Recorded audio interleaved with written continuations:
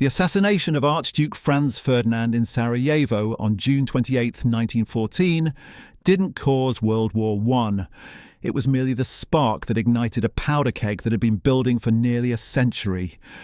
To understand why Europe exploded into the most devastating conflict the world had ever seen, we need to go back to 1815 to a room full of diplomats in Vienna who thought they were creating lasting peace, but instead laid the groundwork for unprecedented destruction. Today, we're tracing the long origins of the Great War, from the Congress of Vienna through the rise of industrial warfare, Prussian militarism, British naval supremacy, Russian ambitions, and the slow collapse of the Habsburg Empire. This is the story of how the very system designed to prevent another Napoleon made World War I inevitable. Picture this. It's 1815 and Europe is exhausted. 25 years of revolutionary wars and Napoleonic campaigns have devastated the continent. The great powers, Britain, Russia, Austria, and Prussia, gather in Vienna with one goal: never again. They want to create a balance of power so stable that no single nation could dominate Europe as Napoleon had. Their solution was elegant in theory, disastrous in practice. They restored monarchies, redrew borders with little regard for ethnic or national identities, and created a system called the Concert of Europe. Essentially a conservative club designed to suppress any hint of revolution or nationalism. But here's the problem. They were trying to freeze Europe in amber while the world was rapidly changing.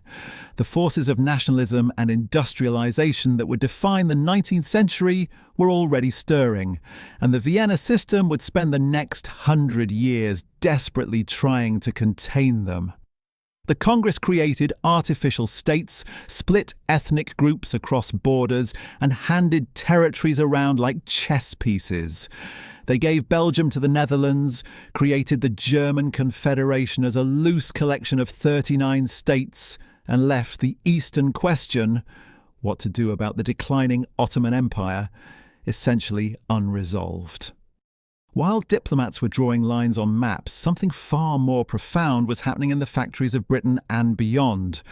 The Industrial Revolution was militarizing.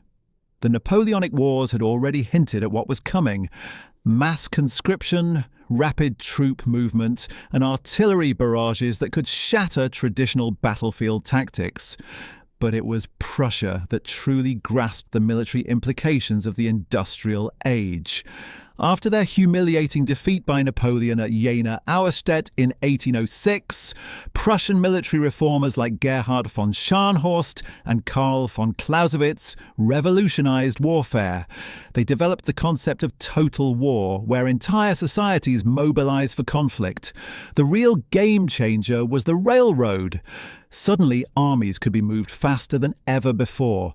The Prussian victories over Austria in 1866 and France in 1870 weren't just military triumphs, they were demonstrations of industrial logistics. Prussia could mobilize, transport, and supply armies with machine-like efficiency. This sparked Europe's first modern arms race. Steel production became a measure of military might. The Krupp works in Germany weren't just making cannon, they were making the tools of national power.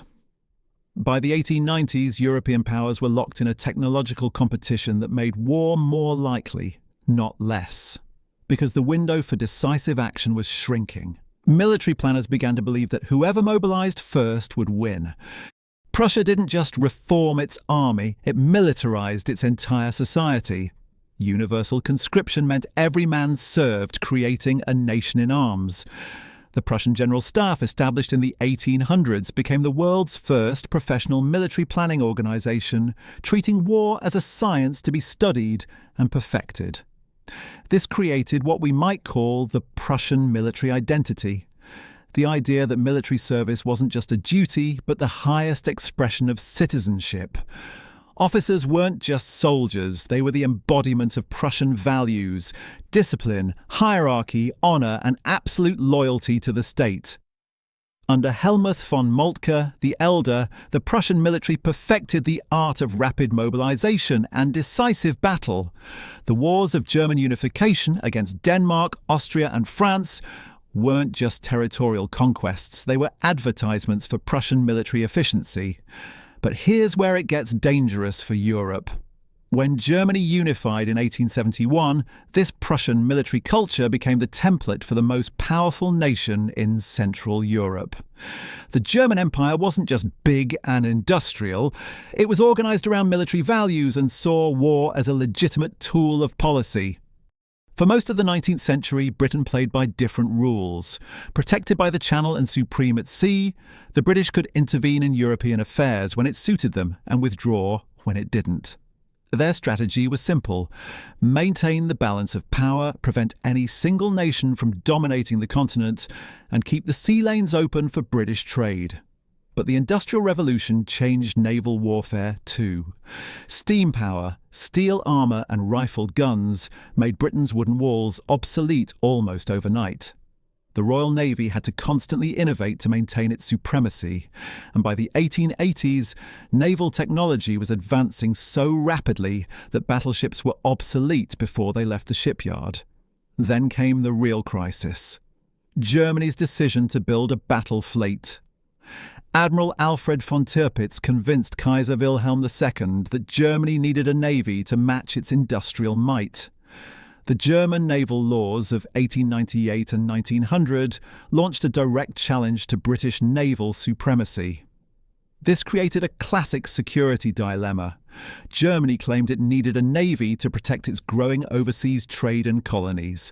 Britain saw it as an existential threat. If Germany could challenge British naval supremacy, the Royal Navy couldn't guarantee British security or control of sea routes to the empire. The result was a naval arms race that consumed enormous resources and pushed Britain toward alliances with France and Russia, the very continental entanglements British policy had traditionally avoided. Russia's defeat of Napoleon in 1812 established it as the gendarme of Europe, the conservative power that would march wherever revolution raised its head.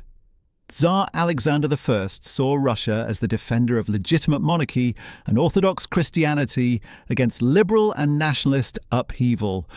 But Russia had ambitions too, particularly regarding the declining Ottoman Empire. Russian expansion toward warm water ports brought them into conflict with British interests in the Mediterranean and routes to India. The Crimean War, 1853 to 1856, was the first major crack in the Vienna system, showing that the great powers couldn't always cooperate to maintain stability. By the 1870s, Russia was championing Pan-Slavism, the idea that Russia should protect all Slavic peoples. This meant supporting Serbian and Bulgarian nationalism against Austrian and Ottoman rule, turning the Balkans into a tinderbox where Russian and Austrian interests directly collided. But Russia's military humiliation in the Russo-Japanese War, 1904 to 1905, and the 1905 revolution revealed a crucial weakness. Russia was still largely agricultural and autocratic in an age of industrial democracy. Russian leaders knew they needed time to modernize, but they also feared that delay meant falling further behind their rivals. If there was one power that truly embodied the contradictions of 19th century Europe, it was Austria-Hungary. After losing Germany to Prussia, the Habsburgs transformed their empire into the dual monarchy, an awkward arrangement where Austria and Hungary shared a monarch but maintained separate governments. The problem was that Germans and Hungarians were minorities in their own empire. The Habsburg lands contained Czechs, Slovaks, Poles, Ukrainians, Croats, Serbs, Slovenes, Romanians, and Italians, all developing their own national consciousness. Every concession to one group threatened another, making reform nearly impossible.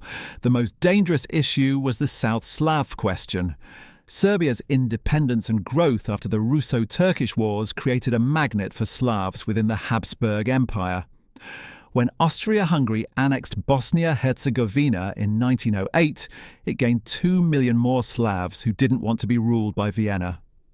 By 1914, Austria-Hungary was what historian A.J.P. Taylor called a ramshackle empire held together by consent and habit. It couldn't liberalise without risking dissolution, couldn't centralise without provoking rebellion, and couldn't expand without threatening the balance of power that kept it alive. The Habsburg Empire wasn't just declining. It was becoming a source of instability that threatened to drag its allies into conflicts they didn't want. By 1907, the flexible balance of power created at Vienna had hardened into two opposing alliance systems. The Triple Alliance of Germany, Austria-Hungary and Italy faced the Triple Entente of France, Russia and Britain. What had once been a concert had become a confrontation. Industrial warfare created its own logic. Military planners developed mobilization schedules so complex and inflexible that once started, they couldn't be stopped. The famous Schlieffen Plan required Germany to attack France through Belgium at the first sign of Russian mobilization.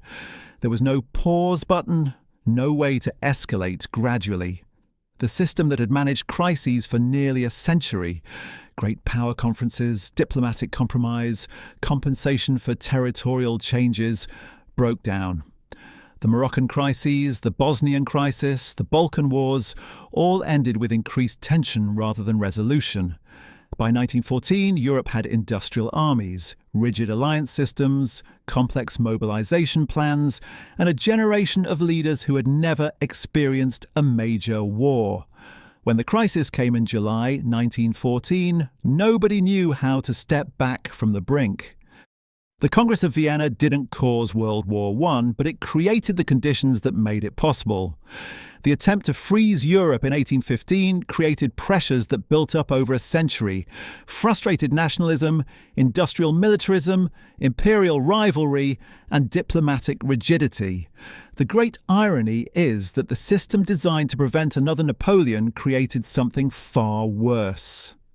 The Vienna settlement tried to suppress the forces of nationalism and democracy, but those forces found other outlets in militarism, imperialism, and ultimately in the trenches of the Western Front. Perhaps the real lesson is that you can't hold back historical change indefinitely.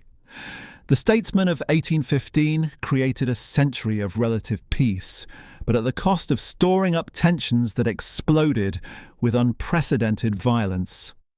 The road to 1914 was paved with the best intentions of 1815. When we look at that photograph of Archduke Franz Ferdinand moments before his assassination, we're not just seeing the end of the Belle Epoque. We're seeing the final collapse of a system that began with the best of intentions in a ballroom in Vienna nearly 100 years before. Thanks for watching our video on the long roots of the First World War. This is the first in a series on the deeper causes that led to the carnage on the battlefield in the early 20th century. In future episodes, we will look in more depth at Prussian militarism, the shambles that was the Habsburg Empire, the Crimean War, and many other topics to develop a better understanding. Please like and subscribe to see more.